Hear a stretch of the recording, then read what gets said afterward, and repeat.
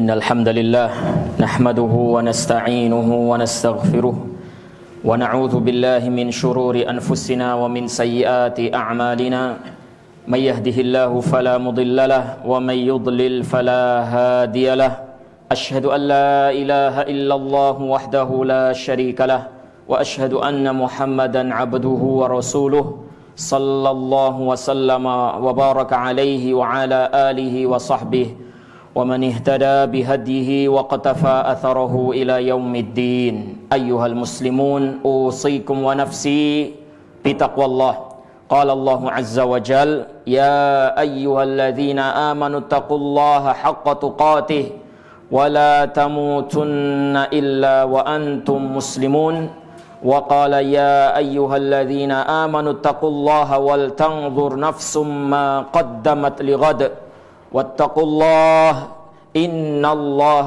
خبير بما تعملون أما بعد. Kaum muslimin jamaah salat Jumat rahimakumullah, puji dan syukur senantiasa kita panjatkan kehadirat Allah Subhanahu wa taala. Salawat beriring salam semoga senantiasa tercurah kepada Nabi dan Rasul kita, imam dan panutan kita Nabi Muhammad sallallahu alaihi wasallam, serta keluarga beliau, para sahabat dan orang-orang yang mengikuti ajaran beliau, menghidupkan sunnah-sunnah beliau hingga hari kiamat. Tak lupa khatib mengingatkan diri sendiri dan jamaah semuanya, marilah kita senantiasa meningkatkan iman dan takwa kita kepada Allah Subhanahu wa taala untuk bekal kehidupan kita dunia maupun akhirat. Kaum muslimin jamaah salat Jumat rahimakumullah, manusia di dalam menjalani kehidupan ini memiliki banyak falsafah hidup. Mereka menempuh falsafah hidup yang beragam. Sebagai contoh, di antara manusia ada yang menganggap bahwasannya hidup ini adalah cinta. Hidup tanpa cinta kurang bermakna. Di antara mereka ada yang punya falsafah hidup lain lagi, hidup adalah seni. Tanpa seni hidup kurang berarti. Ada orang yang mengatakan bahwasannya hidup itu jalani apa adanya, mengalir seperti air yang mengalir. Dan masih banyak lagi falsafah-falsafah atau konsep-konsep hidup yang dianut oleh kaum manusia.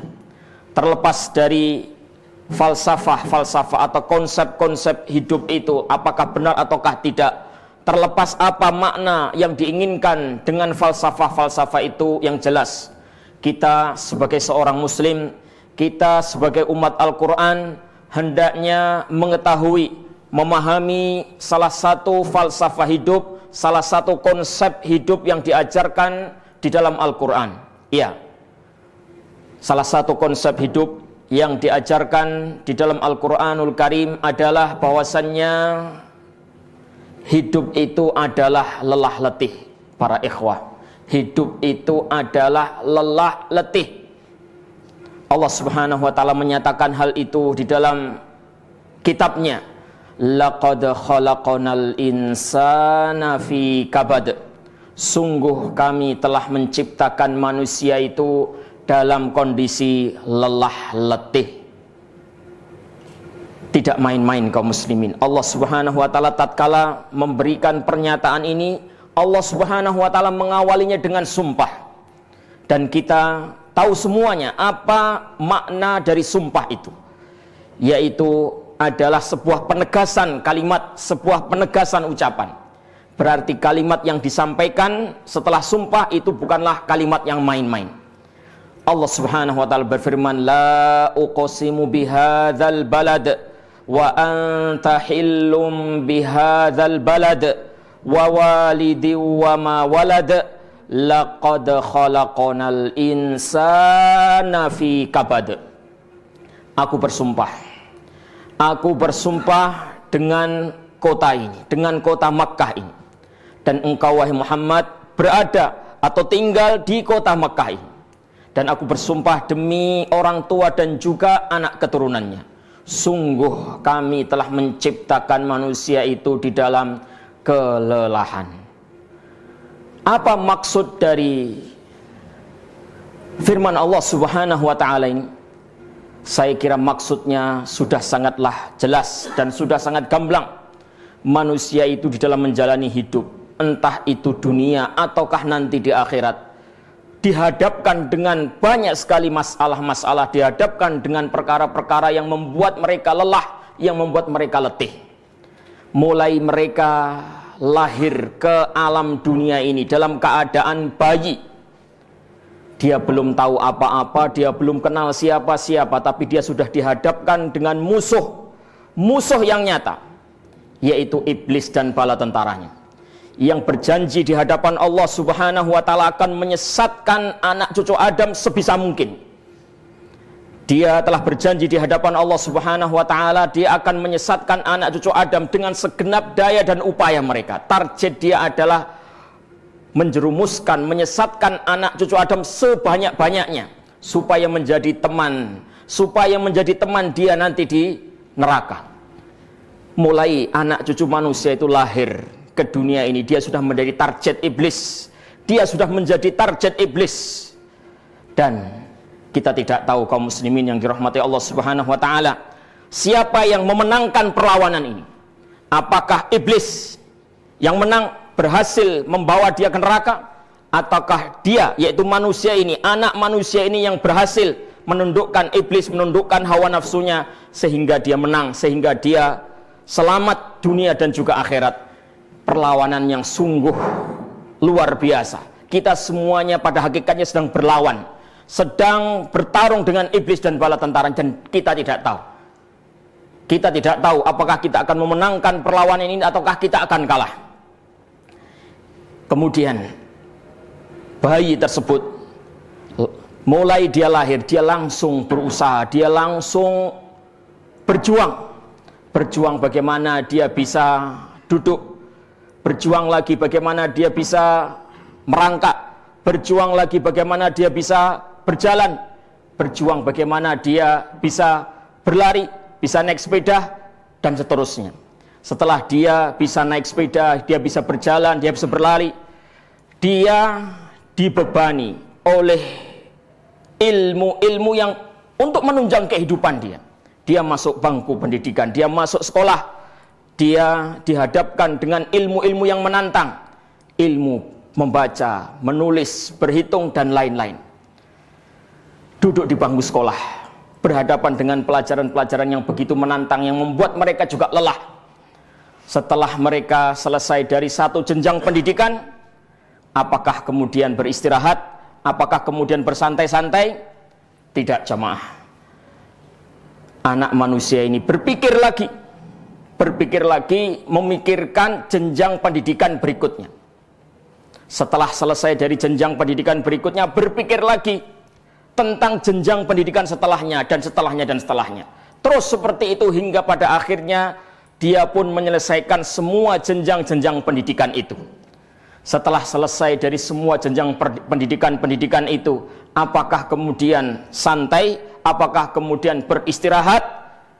Tidak juga, kaum muslimin yang dirahmati Allah Subhanahu wa ta'ala. Mereka berpikir bagaimana ijazahnya ini dibawa kemana, dia mau kerja apa. Di antara mereka ada yang sukses, di antara mereka ada yang mendapatkan pekerjaan yang dia impikan, mendapatkan pekerjaan yang layak, gaji besar, sesuai dengan apa yang mereka impikan. Tapi di antara mereka ada juga yang gagal, ijazahnya nganggur, pengangguran. Kalaulah seorang itu sudah mendapatkan pekerjaan yang layak seandainya, bukan berarti dia juga sudah beristirahat, bukan berarti dia sudah bersantai, belum. Dia dihadapkan dengan kelelahan dan keletihan baru, yaitu kelelahan dalam dunia kerja. Dia harus disiplin, dia harus ikut aturan, dia harus bisa bersaing. Kalau dia tidak bisa bersaing, kalau dia tidak bisa menjaga kualitas dirinya, mungkin dia akan dipecat, mungkin dia akan kehilangan pekerjaannya. Terus seperti itu. Dia setiap hari lelah letih dalam pekerjaan dia. Dia lelah letih di dalam menafkahi anak dan istrinya. Sampai akhirnya dia pun selesai dari pekerjaan-pekerjaan itu alias pensiun. Kalau sudah pensiun, apakah sudah beristirahat? Belum juga, kaum muslimin. Dia menghadapi masa tua. Umumnya orang sudah tua, kondisinya semakin melemah, berhadapan dengan berbagai macam penyakit yang menyerang dirinya. Dia juga memikirkan bagaimana anaknya, bagaimana cucunya, bagaimana keturunan-keturunan yang dia tinggalkan. Di samping itu kaum muslimin yang dirahmati Allah Subhanahu wa taala, manusia di dalam menghadapi fase demi fase itu dihadapkan dengan musibah, dihadapkan dengan rintangan, dihadapkan dengan gangguan. Dan itu pasti terjadi pada semua manusia. Allah Subhanahu wa taala berfirman, "Walanabluwannakum bisyai'im minal khawfi wal ju'i wa naqsim minal amwali wal anfusi wath thamarat." Dan sungguh kami akan uji manusia dengan kelaparan, dengan rasa takut, dengan kekurangan harta, dengan kekurangan jiwa, hilangnya orang-orang yang dia cintai, dengan kekurangan bahan-bahan pangan, dengan kekurangan buah-buahan dan lain-lain. Iya, di tengah fase mereka menjalani kehidupan ini banyak rintangan yang menghadapi mereka, hingga pada akhirnya manusia itu pun meninggalkan dunia yang fana. Setelah dunia yang fana ini dia tinggalkan, apakah dia berarti sudah istirahat? Apakah itu berarti dia sudah selesai dari kelelahan dan keletihan? Tidak juga kaum muslimin. Dia akan berhadapan dengan kelelahan dan keletihan baru. Dia akan masuk ke kuburnya. Dia akan berhadapan dengan pertanyaan kubur yang itu sangat mendebarkan, yang itu sangat menentukan nasibnya. Kita semuanya tidak tahu apakah kita termasuk orang yang lancar menjawab pertanyaan kubur tersebut ataukah seperti apa. Sesuatu yang sangat mendebarkan. Setelah itu manusia akan dibangkitkan dari alam kubur mereka dan menghadapi peradilan Allah Subhanahu wa taala, menghadapi hisab. Sebagaimana sering kita ulang-ulang bahwasannya hisab, proses menunggu hisab, baru proses menunggu hisab saja, belum hisabnya. Itu kita menunggu selama 50.000 tahun. Fi yaumin kana miqdaruhu khamsina alfasana. Dalam suatu hari yang kadarnya, yang panjangnya adalah 50.000 tahun. Di situ manusia lelah, letih, kepanasan, berkeringat, bercucuran keringat untuk menunggu peradilan dari Allah Subhanahu wa taala. Setelah peradilan itu dimulai, kaum muslimin yang dirahmati Allah Subhanahu wa taala, kita juga berada dalam kondisi yang mendebar-debarkan. Apakah kita menerima catatan amal kita dengan tangan kanan atau menerima catatan kita dengan tangan kiri? Sesuatu yang belum jelas, yang kita tidak tahu kaum muslim. Kita semuanya berjuang, kita semuanya berusaha untuk bisa memperoleh catatan amal kita dengan tangan kanan. Intinya kaum muslimin yang dirahmati Allah Subhanahu wa taala, kehidupan dunia itu banyak kelelahan dan kehidupan akhirat juga lebih banyak lagi kelelahan. Kita selama ini hanya mendengarkan gambaran tentang kehidupan akhirat dari hadis-hadis, dari ayat-ayat Al-Quran. Kita belum pernah menyaksikan. Namun Rasulullah SAW pernah ditunjukkan kepada beliau sebagian gambaran dari kehidupan akhirat, gambaran dari kehidupan di alam kubur, gambaran kehidupan di surga, gambaran kehidupan di neraka. Setelah beliau ditunjukkan sebagian dari kehidupan akhirat itu, beliau membuat satu perkataan, beliau mengucapkan sebuah kesimpulan yang ini patut untuk kita renungkan bersama. Beliau mengatakan, "Lau alimtum ma alimtu, la dhahiktum qalilan wa la bakaitum katsira." Seandainya kalian tahu apa yang aku tahu, niscaya kalian akan sedikit tertawa dan banyak menangis. Seandainya kalian tahu apa yang aku ketahui, niscaya kalian akan sedikit tertawa dan banyak menangis. Itulah rangkuman dari semua pemandangan yang dilihat oleh Rasulullah SAW tentang akhirat. Begitulah kesimpulan beliau, menunjukkan bahwasanya hidup ini benar-benar penuh dengan kelelahan dunia maupun akhirat. Namun kaum muslimin yang dirahmati Allah Subhanahu wa taala, kelelahan dan keletihan itu berjenjang-jenjang. Ada di antara manusia yang lelah berat dan ada yang kelelahannya ringan. Tentu kita semuanya ingin lelah yang ringan. Kita tidak ingin lelah yang berat. Kita tidak bisa kaum muslimin lepas dari kelelahan-kelelahan itu. Jangankan kita manusia biasa, manusia terbaik Rasul kita Shallallahu Alaihi Wasallam itu pun juga lelah. Maka kita pun pasti akan menghadapi kelelahan-kelelahan itu. tapi kita bisa meminimalisirnya, bisa meringankan kelelahan-kelelahan itu. Bagaimana caranya kaum muslimin yang dirahmati Allah Subhanahu wa taala? Pilihlah kelelahan dunia. Berlelah letihlah di dunia ini dalam kebaikan. Dengan Anda lelah, dengan Anda letih di dunia ini, lelah dalam kebaikan, insya Allah itu adalah lelah yang teringan. Insya Allah orang yang lelah letih dalam kebaikan, dia akan bisa beristirahat nanti di akhirat. Lelah dalam beribadah kepada Allah Subhanahu wa taala, entah itu salat, entah itu puasa, entah itu haji, entah itu menuntut ilmu, lelah dalam birrul walidain, lelah dalam bersilaturahim dan kebaikan-kebaikan yang lain, lelah mencari nafkah yang halal, lelah dalam semua kebaikan. Iya, biarlah jiwa dan raga ini lelah dalam kebaikan. Kita bisa berharap insya Allah nanti di akhirat Allah akan memberikan kepada kita istirahat.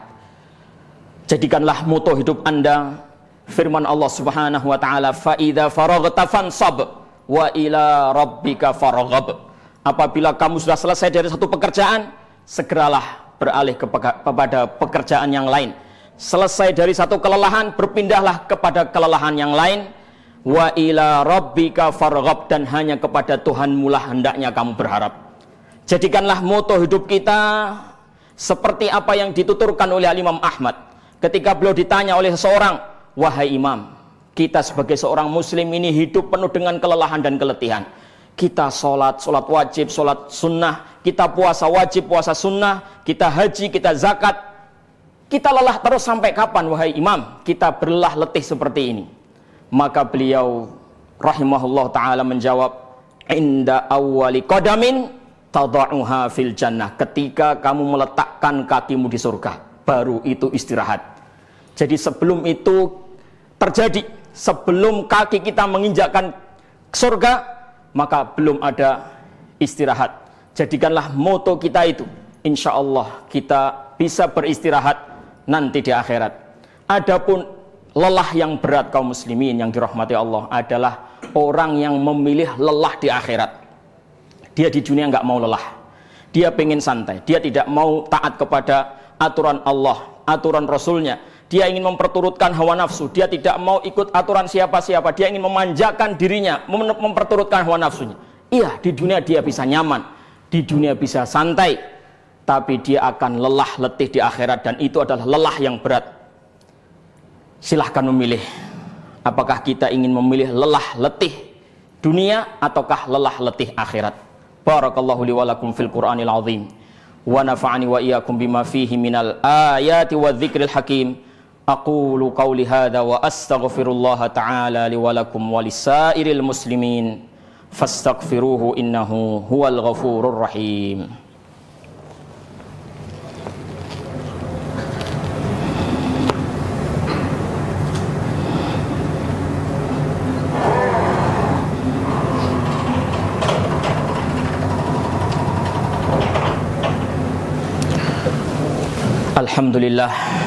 Alhamdulillahi ala ihsanih wasyukru lahu ala taufiqihi wa amtinanih. Asyhadu an la ilaha illallah wahdahu la syarikalah ta'ziman li sya'nih, wa asyhadu anna Muhammadan abduhu wa rasuluhu ad-da'i ila ridwanih.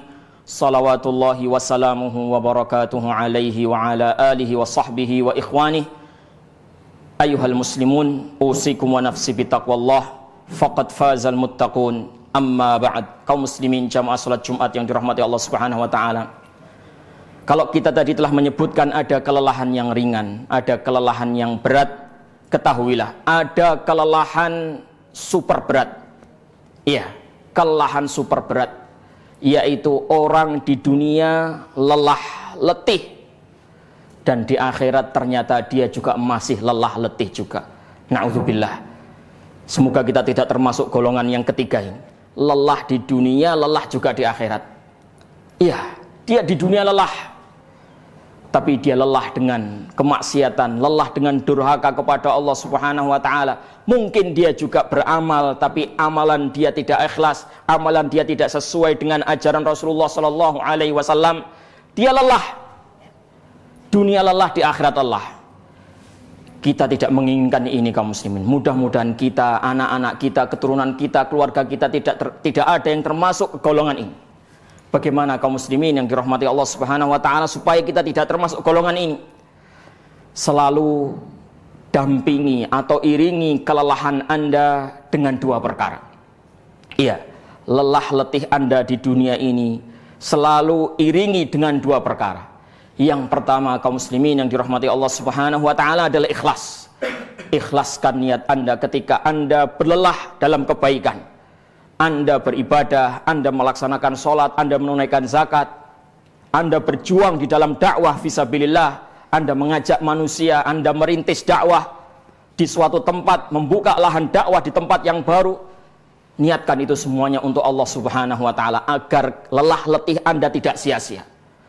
Yang kedua kaum muslimin yang dirahmati Allah Subhanahu wa taala, yaitu hendaknya Anda senantiasa mengikuti petunjuk dari Rasulullah sallallahu alaihi wasallam. Ittiba sunnah, mengikuti sunnah Rasulullah sallallahu alaihi wasallam. Orang amalannya ikhlas lillahi ta'ala tapi tidak sesuai dengan petunjuk Rasulullah sallallahu alaihi wasallam juga sia-sia. Bagaimana supaya amalan itu benar-benar bermanfaat, diterima di sisi Allah Subhanahu wa taala? Dengan dua cara ini. Dengan ikhlas kepada Allah Subhanahu wa taala dan dengan ittiba kepada Rasul kita Muhammad sallallahu alaihi wasallam.